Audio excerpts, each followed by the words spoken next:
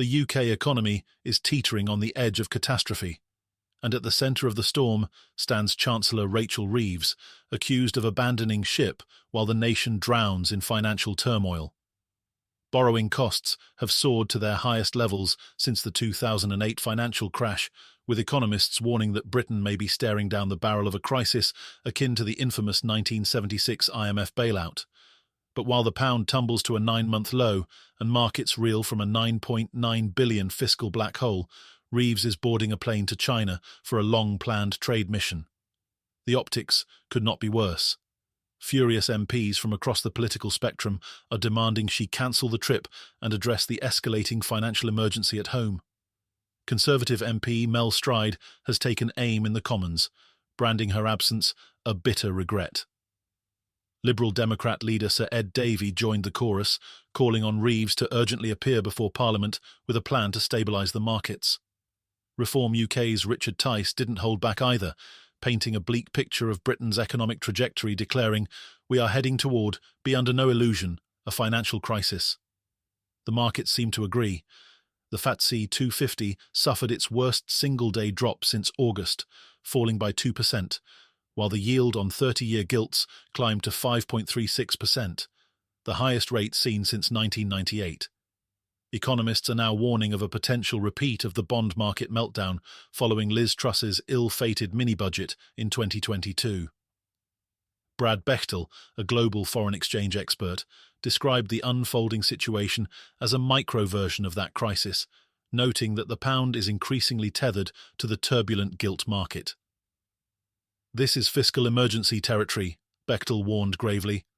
But instead of tackling the crisis head-on, Reeves seems more focused on international diplomacy than the imploding economy back home. Harriet Baldwin, a former Treasury Minister, accused Reeves of having fled to China, leaving the Treasury to scramble for answers amid a plummeting currency and surging borrowing costs. Even members of Reeves's own party are questioning her priorities, with whispers of frustration growing louder behind closed doors. Meanwhile, a Treasury spokesperson insists the China trip is essential for securing trade deals that could help Britain in the long run.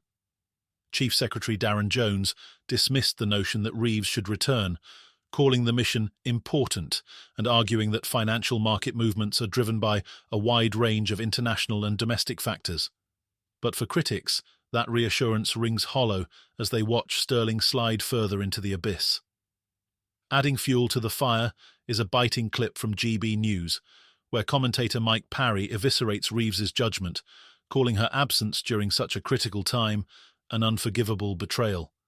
Parry's words are damning, echoing the sentiments of many who feel the government is asleep at the wheel. "This is not the time for photo ops abroad," Parry fumes in the now viral segment. "The British people deserve leadership, not excuses." But if Reeves thought this would be the worst of her week, she was sorely mistaken. Labour MP Sarah Owen has also become the target of a ferocious backlash after delivering a heartfelt speech in Parliament about women's safety in Iraq and Congo. Owen spoke with passion about women's suffering in war zones, highlighting harrowing cases of abuse and oppression. Yet her comments sparked outrage after it was revealed that she and the rest of her party had voted against a proposed inquiry into grooming gangs just 24 hours earlier. The backlash was swift and brutal. Reform UK's Lee Anderson took to GB News to deliver a scathing tirade against Owen, branding her a complete hypocrite. Anderson recounted watching her speech in disbelief, incredulous that she could speak so strongly about women's rights abroad while refusing to take action against crimes happening on British soil. "She's not an MP for Iraq or Congo," Anderson thundered. "She's an MP for this great country of ours, and she had the chance to vote for an inquiry into grooming gangs. She refused." This comes on the heels of a GB News investigation, which revealed that grooming gang scandals were concentrated in Labour-held constituencies like Rotherham, Rochdale and Telford. The inquiry, proposed by Conservative MP Kemi Badenoch, was blocked by Labour in a vote that saw 364 MPs oppose it to just 111 in favour. Labour leader Keir Starmer defended the decision during Prime Minister's questions, arguing that survivors of abuse wanted action now, not the delay of another inquiry. But critics, including Reform UK leader Nigel Farage accused Starmer of being out of touch and prioritising political optics over public interest. The controversy surrounding Labour deepened as the party faced yet another revolt, this time from farmers. Tractors descended upon Oxford High Street in protest against Rachel Reeves's controversial inheritance tax reforms, which aimed to raise revenue by tightening reliefs for agricultural estates. Farmers argue the changes could destroy family-run farms that are already on the brink, squeezed by soaring energy costs, climate challenges, and supermarket price pressures. As Environment Secretary Steve Reed addressed the annual farming conference in Oxford, protesters made their presence known, with one tractor emblazoned with the message, "Buckle up, we will not stop." The atmosphere was tense as Reed attempted to defend the reforms, apologising for the shock they caused, but insisting they were necessary to fill a £22 billion black hole in public finances. Reed's apology did little to quell the anger.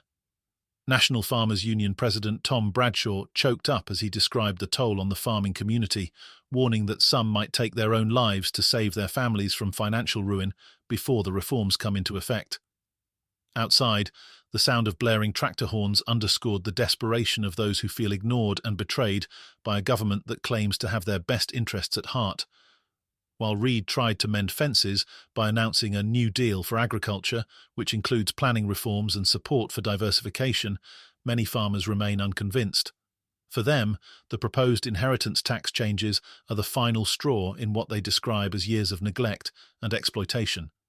Bradshaw cautioned that the situation could spiral if urgent action isn't taken, warning that Britain's rural communities are at their breaking point. As the scandals pile up, Labour is facing a credibility crisis on multiple fronts. Rachel Reeves's decision to proceed with her China trip has become a symbol of detachment, while the backlash over Sarah Owen's speech exposes fractures within the party's messaging on social issues. The revolt from farmers only adds to the sense that Labour is struggling to connect with key voter blocs as it prepares for the next general election. In the face of mounting criticism, Reeves and her team insist they are focused on the bigger picture, promising that trade deals secured in China will pave the way for long-term growth. But back home, the public and Parliament are demanding immediate answers. Can Labour regain control of the narrative, or will this week's controversies mark the beginning of a broader unravelling? One thing is certain, the stakes couldn't be higher. With the economy on the brink, social issues dividing the party, and rural communities up in arms, Labour's ability to lead is being tested like never before.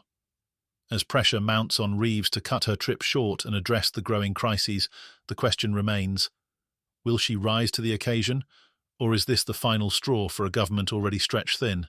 Thanks for watching. Stay tuned for more political updates.